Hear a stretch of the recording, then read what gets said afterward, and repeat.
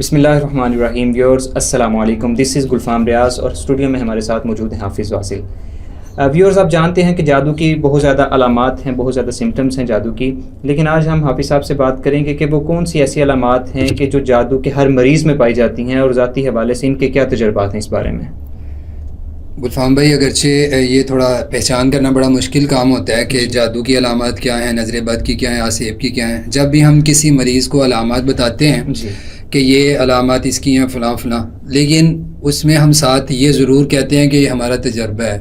مطلب ہم کنفرم نہیں بتا سکتے، کیونکہ شیطان کے اپنے کھیل ہیں، اللہ نے اس کو رخصت دی ہے، وہ انسانوں کے ساتھ کھیلتا ہے، شرارتیں کرتا ہے، ان کو تنگ کرتا ہے.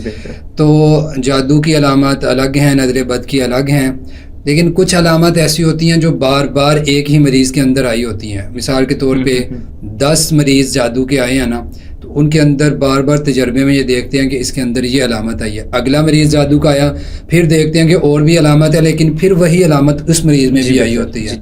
ٹھیک ہے، ایسی میں 3-4 علامات آپ کے ساتھ ذکر کر دیتا ہوں جو عام طور پہ جادو کے تقریباً ہر مریض میں ہم نے دیکھی ہیں. ٹھیک ہے، ان میں سے ایک جو علامت ہے سب سے پہلی، وہ یہ ہے کہ جادو زدہ جو شخص ہے، جادو کا مریض ہے، اس کے اندر منتشر خیالات کا پایا جانا یہ ضرور ہوتا ہے. یعنی اس کے خیالات منتشر ہوں گے، وہ کرنا کچھ چاہ رہا ہے، ہو اس سے کچھ جاتا ہے، سوچتا کچھ ہے، اگلے ہی لمحے میں اس کی سوچ بدل کے کچھ اور ہو جاتی ہے. یعنی اس کا اپنے ہی سوچوں کے اوپر اور اپنے خیالات کے اوپر کنٹرول نہیں رہتا، منتشر خیالات ہوتے ہیں اس کے. تو اس میں تو آپ صاحب بہت زیادہ لوگ ایسے آپ کو ملتے ہیں، بلکہ ذاتی طور پہ آپ اگر خود کو دیکھیں گے، میں اگر دیکھتا ہوں، ایک لمحے میں آپ کچھ اور سوچ رہے ہوتے ہیں، دوسرے لمحے میں ہماری سوچ بدل جاتی ہے، ہم کسی اور چیز کے بارے میں غور و فکر کر رہے ہوتے ہیں. تو سوچیں تو بدلتی رہتی ہیں، تو اسے ہم کیسے کہہ سکتے ہیں کہ جادو کی علامت؟ میں بتا دیتا ہوں. پہلی بات جو میں نے شروع میں کی ہے نا، میں نے یہ کہا ہے کہ یہ جادو کے مریضوں میں علامات ہوں گی. میں نے یہ نہیں کہا کہ ہر علامت والا جادو کا مریض ہوگا. ٹھیک ہے، جادو کے مریض میں یہ علامت ہوگی، یہ علامت والا ہر بندہ جادو کا مریض نہیں ہوگا. ٹھیک ہے، اور دوسری بات کہ جب تک کسی کو رقیہ نہ کر لیں، دم کر کے نہ دیکھ لیں اور اس کی دیگر علامات نہ دیکھ لیں، تب تک فائنل نہیں کہیں گے. ویسے میں بتا رہا ہوں کہ منتشر خیالات والی بیماری اکثر جادو کے مریضوں میں ضرور پائی جاتی ہے. میں وہ علامات ذکر کر رہا ہوں. اور پھر فرق یہ ہے کہ عام طور پہ کچھ انسان جن کے خیالات منتشر ہوتے ہیں وہ وقتی طور پہ ہوتا ہے، لیکن جادو کا مریض جو ہوتا ہے نا، اس پہ کثرت کے ساتھ یہ حملے ہوتے ہیں، اس کے خیالات کے منتشر ہونے کے. ہر کام ہی اس کا، ہر سوچ ہی اس کی الٹ جا رہی ہوتی ہے. ٹھیک ہے، خیالات کا منتشر رہنا، سوچوں میں گم رہنا اور الٹی سیدھی سوچیں آنا، پھر اپنے آپ کو جھگڑنا کہ میں ان کو صحیح کروں. ٹھیک ہے، لیکن وہ پھر ان کو صحیح نہ کر پانا، یعنی اپنے خیالات کو درست نہ کر پانا. تو اس میں ایک چیز میں آپ سے پوچھتا ہوں، اس میں ہیلوسینیشنز بھی کچھ ایسی ہوتی ہیں، مطلب جاگتے ہوئے انسان کو کچھ چیزیں سوچ میں اس کی نظر آ رہی ہیں، سوچتا کچھ ہے اور اسے ایسا لگ رہا ہے کہ یہ چیز ایسی موجود ہے، کوئی وہم وغیرہ اس کی سوچ کی وجہ سے ہو سکتا ہے. وہم کی بیماری بھی یہ آپ کہہ سکتے ہیں، یہ اسی کے ساتھ ملتا جلتا معاملہ ہے. وہم کی بیماری کا بھی جاگتے ہوئے بھی ہو سکتا ہے. رات کو سونے کے لیے لیٹا ہے تو لیٹے ہوئے عجیب سوچیں اس کے خیال میں آ رہی ہیں، تو خیالات کا منتشر ہو جانا یہ ایک چیز ہے. پھر اسی طرح جادو زدہ لوگوں کے اندر جو ہم نے دوسری علامت بہت زیادہ مریضوں میں دیکھی ہے، اس میں یہ کہہ لیں کہ سر کا بھاری پن. ٹھیک ہے، یہ کسی بھی وجہ سے سر بھاری کسی انسان کا ہو سکتا ہے.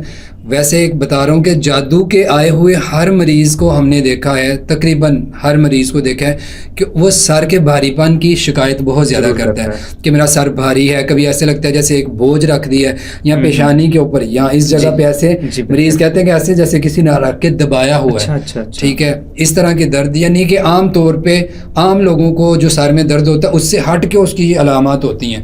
کبھی بہت زیادہ بوجھ محسوس کرنا، اور کبھی مریض کہتے ہیں کہ سرسراہٹ محسوس ہوتی ہے، ایسے جیسے کوئی چیز چل رہی ہے.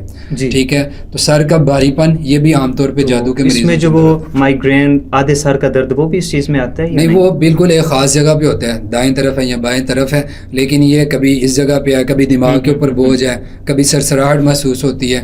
تو عام طور پہ بھاری پن کی شکایت جو ہے نا وہ کرتے ہیں مریض.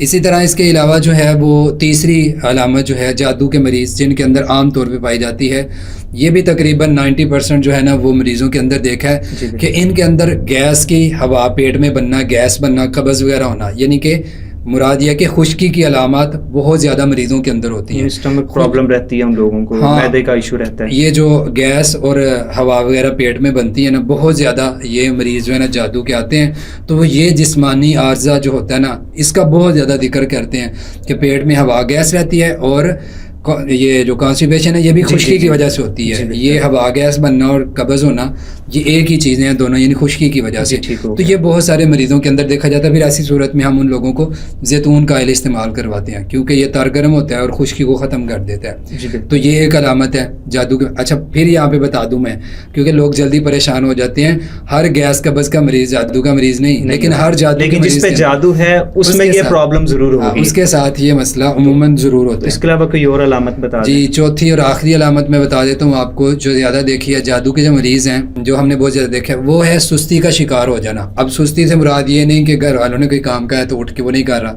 تو آپ سمجھے کہ اس پہ جادو ہو گیا.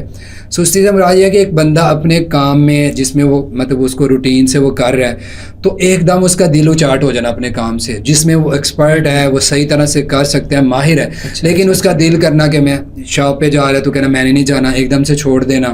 یا کسی بھی کام کو وہ کرتا ہے بڑے لگن کے ساتھ, شوق کے ساتھ, ایک دم سے اس کا دل اچاٹ ہو جاتا ہے. اور سستی اور کاہلی, پڑا ہے تو پڑا رہے گا, اٹھنے کو دل نہیں کر رہا, اور جب جن دنوں میں صحیح ہوگا تو پھر اپنے لگن کے ساتھ کام شروع کر دے گا.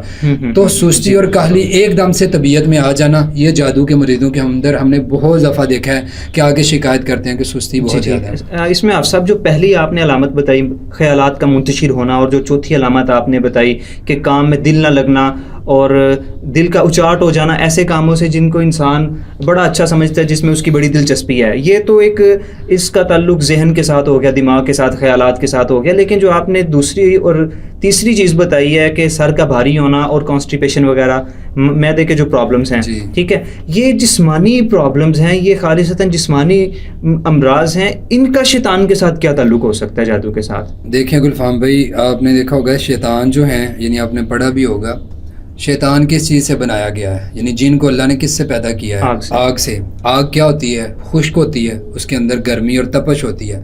ہم عام طور پہ جادو کے مریض ہوتے ہیں یا جنات کے مریض ہوتے ہیں, ان کو پانی دم کر کے کیوں دیتے ہیں کہ پانی اپنے اوپر چھڑکاؤ کرو یا پیو؟